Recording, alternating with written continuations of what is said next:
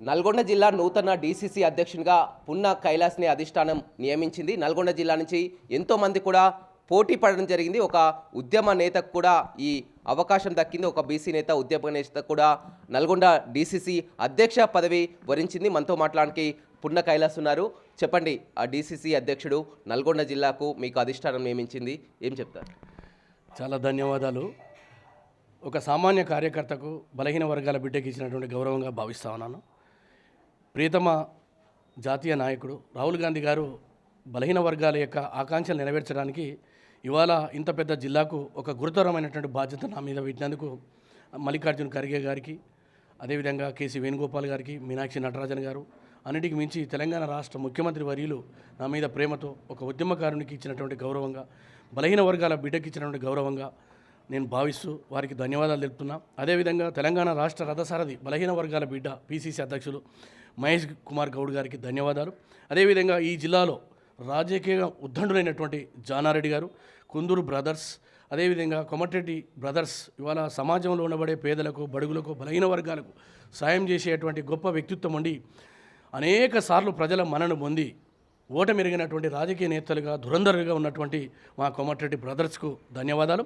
అదేవిధంగా యువ ఎమ్మెల్యే అయినటువంటి వీరేశం గారు, బిఎల్ఆర్ గారు, బాలునాయక్ గారు, శంకర్ నాయక్ గారు, చామల కిరణ్ కుమార్ రెడ్డి గారు, రఘువీర్ రెడ్డి గారు అందరూ కూడా రెండు చేతులు జోడించి నమస్కరిస్తున్న సవినయంగా 100% మీరు ఏదైతే బాధ్యతతోటి నాకు ఇచ్చినటువంటి ఈ యొక్క కార్యక్రమాన్ని విజయవంతం చేసి కాంగ్రెస్ పార్టీ నల్గొండ జిల్లాలో తిరుగులేని ఆధిక్యంలోకి తీసుకుపోవడానికి నా వంతుగా పనిచేస్తాను. తెలంగాణలో స్పెషల్ అనుకోవచ్చు, ఎందుకంటే ఒక పెద్ద జిల్లా నల్గొండ జిల్లా, మొత్తం హేమీలు ఉన్నటువంటి జిల్లా. ఈ అధిష్టానం కూడా చాలా వరకు ఆలోచించి కూడా నిర్ణయం తీసుకుంది, ఎందుకంటే ఇక్కడ డీసీసీ కోసం చాలామంది పోటీ పడడం జరిగింది. పున్న కైలాస్కి ఈ అవకాశం దక్కడం అంటే ఒకటండి, నేను పారాచూట్ లీడర్ కాదండి, పర్మనెంట్ వర్కర్ని. తెలంగాణ కోసం ఉద్యమాలు చేసినటువంటి ఉద్యమ విద్యార్థి నాయకుడిని, బలహీన వర్గాల బిడ్డని.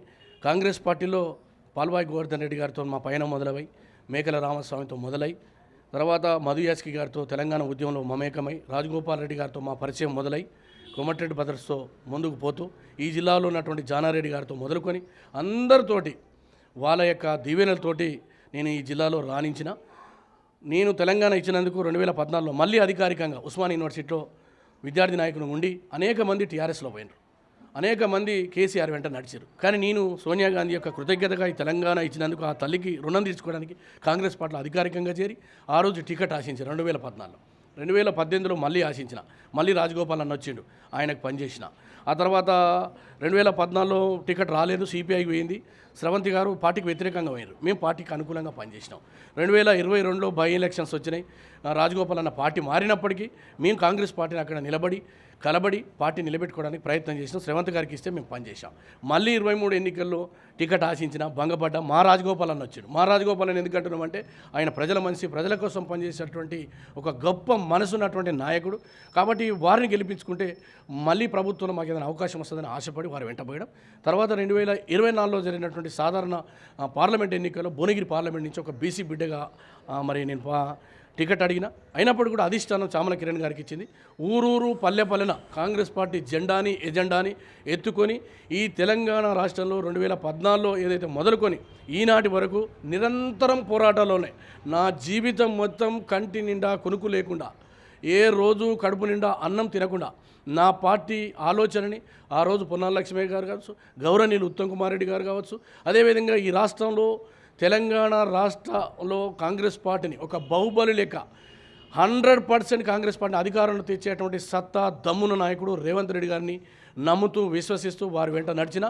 అదేవిధంగా మా ప్రియతమ నాయకులు బట్టి విక్రమార్క గారు పాదయాత్ర చేస్తే వారి వెంట నడిచి అడుగడుగున నీరాజనాలు పలకడానికి మేమంతా పనిచేసాం.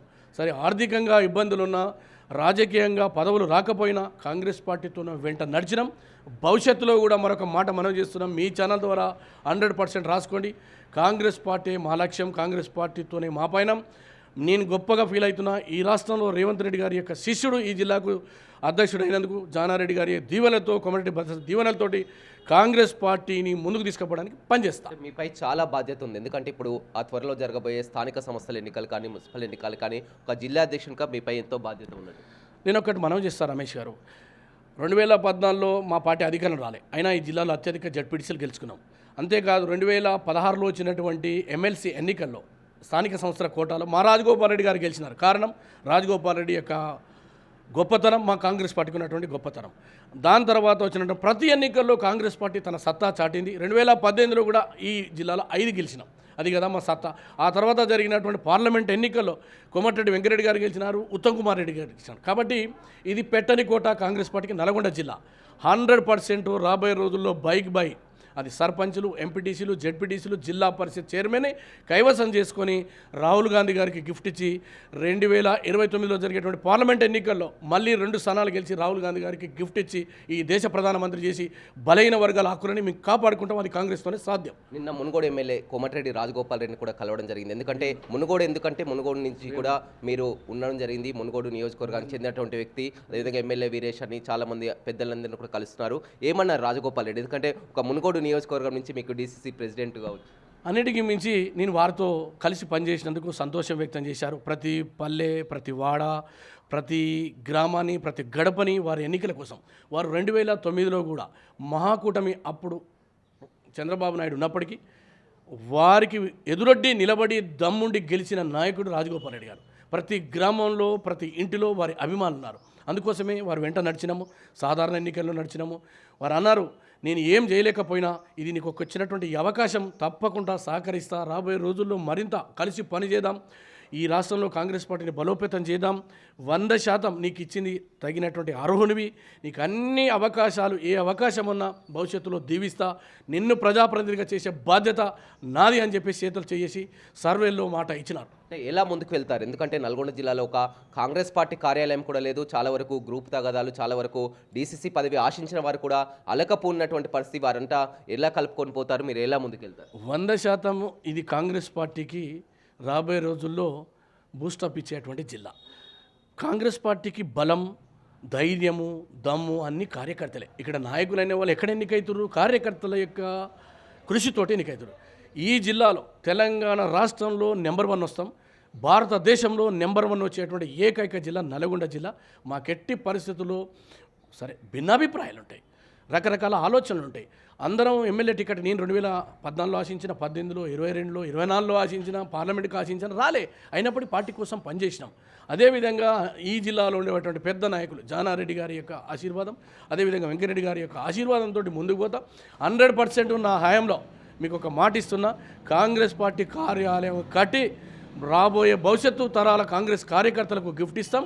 అన్నిటికీ మించి ఎట్టి పరిస్థితుల్లో కూడా నేను ఎవరితోని కాంట్రవర్సీ కానీ, వ్యక్తిగతంగా కానీ, నేను నా ఆలోచనలకు సంబంధించినటువంటిది కానీ ఇంప్లిమెంటేషన్ చేయను. పార్టీ ఇచ్చిన ఆదేశం, మహేష్ గౌడ్ గారు ఏది చెప్తారో, పైన ఉన్నటువంటి కాంగ్రెస్ పార్టీ నాకు ఏది ఇస్తుందో అదే చెప్తా. సొంత నిర్ణయాలు తీసుకోను. ఈ జిల్లాలో ఉండబడేటువంటి ఎమ్మెల్యేలు ఏ పని చెప్తారో అది పని చేస్తా. పార్టీ నిర్ణయాలను అమలు చేస్తా. వ్యక్తిగతంగా కానీ ఒకరికి పదవులు ఇవ్వను. ఎట్టి పరిస్థితుల్లో వారు సూచించిన వారికి, సమర్థత ఉన్న వారికి, అన్నిటికి మించి బీసీ, ఎస్సీ, ఎస్టీ, మైనార్టీలకు మరి పెద్దపీట వేసేటువంటి మా కాంగ్రెస్ పార్టీలో 100% వాళ్ళందరికీ న్యాయం జరుగుతుంది. పాత కార్యకర్తలుగా గుర్తింపు పొంది సీనియర్గా ఉన్న వాళ్ళందరూ కూడా తగు న్యాయం మహేష్ గౌడ్ గారి నాయకత్వంలో జరుగుతుంది. అది ఈ జిల్లాలో మా కోమటిరెడ్డి బ్రదర్స్ నాయకత్వంలో, జానారెడ్డి గారి నాయకత్వంలో జరుగుతుందని ఒక విశ్వాసం చెప్తూ మరొకసారి కూడా నేను ధన్యవాదాలు చెప్తున్నా.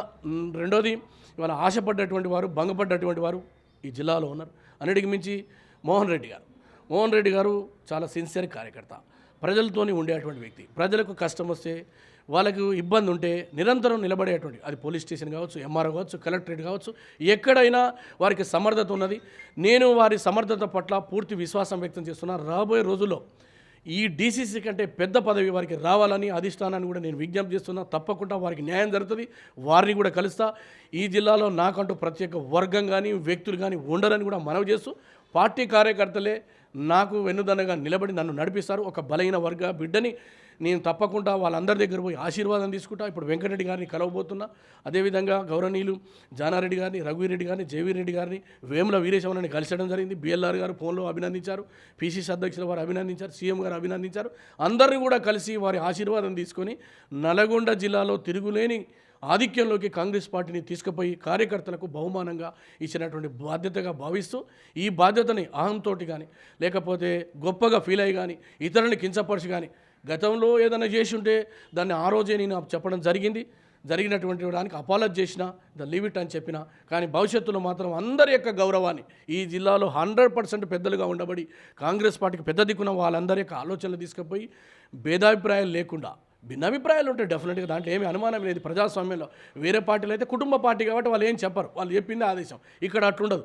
ఎస్సీలు అడుగుతారు, బీసీలు అడుగుతారు, ఓసీలు అడుగుతారు, అందరూ అడుగుతారు. అయినప్పటికీ కూడా అధిష్టానం ఏదైతే మెరిట్ బేస్లో కానీ నాకు ఉన్నటువంటి క్వాలిటీస్ ఆధారంగా అన్నిటికీ మించి సామాజిక వర్గంలో ఒక పద్మశాలి బిడ్డగా నన్ను ఆశీర్వదించారు. మిగతా వాళ్ళకి లేదని కాదు, కొండరెడ్డి మల్లయ్య గారికి ఉన్నది, అదేవిధంగా మోహన్ రెడ్డి గారు 100% వారు ఎలిజిబుల్.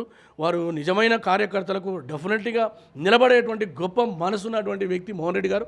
వారికి కూడా భవిష్యత్తులో మంచి పదవి రావాలని, దానికోసం ఎంత దూరమైనా మా పార్టీని అడిగి ఒప్పించి మెప్పించి మా నాయకునిగానే మేమందరం కూడా గౌరవించుకుంటూ పోతామని కూడా బిగ్ టీ వారికి ధన్యవాదాలు చెప్తూ మరొక్కసారి కూడా కాంగ్రెస్ పార్టీ కార్యకర్తలకు, శ్రేణులకు, అదేవిధంగా ముఖ్యమంత్రి గారికి, అన్నిటికీ మించి రాహుల్ గాంధీ గారి యొక్క నాయకత్వంలో ఈ దేశంలో 42% ఏదైతే ఇప్పుడు చెప్పబడ్డదో అది ఇవాళ ఆ యొక్క ఆలోచన మేరకే నాకు వచ్చిందని కూడా భావిస్తూ ముఖ్యమంత్రి గారికి 2 చేతులు జోడించి ధన్యవాదాలు తెలుపుతాను. రైట్, చూడొచ్చు ఇవాళ ఒక సామాన్య కార్యకర్తకు మొత్తం కూడా అధిష్టానం నమ్మకంతో భావించి కూడా ఇంత పెద్ద బాధ్యతను అప్పచెప్పింది. ఒక బీసీ ఉద్యమ నేత, అదేవిధంగా ఒక పద్మశాలి నేత అయినటువంటి తనకు అవకాశం ఇవ్వడం, జిల్లా అధ్యక్ష పదవి వరించడం అదృష్టంగా భావిస్తున్నాను. వారి నమ్మకాన్ని నిలబెట్టుకుంటాను. జిల్లాలో ఉన్నటువంటి ఆ పెద్దలు, ఆ సీనియర్ మంత్రులు కానీ ఎమ్మెల్యేలని అందరినీ కలుపుకొని ఎలాంటి గ్రూప్ తగాదాలు లేకుండా అందరితో మంచిగా ఉంటూ పార్టీ అభివృద్ధికి పాటు పడతానని కూడా నూతనంగా ఎన్నికైనటువంటి డీసీసీ అధ్యక్షుడు పున్న కైలాస్ చెప్తున్నారు.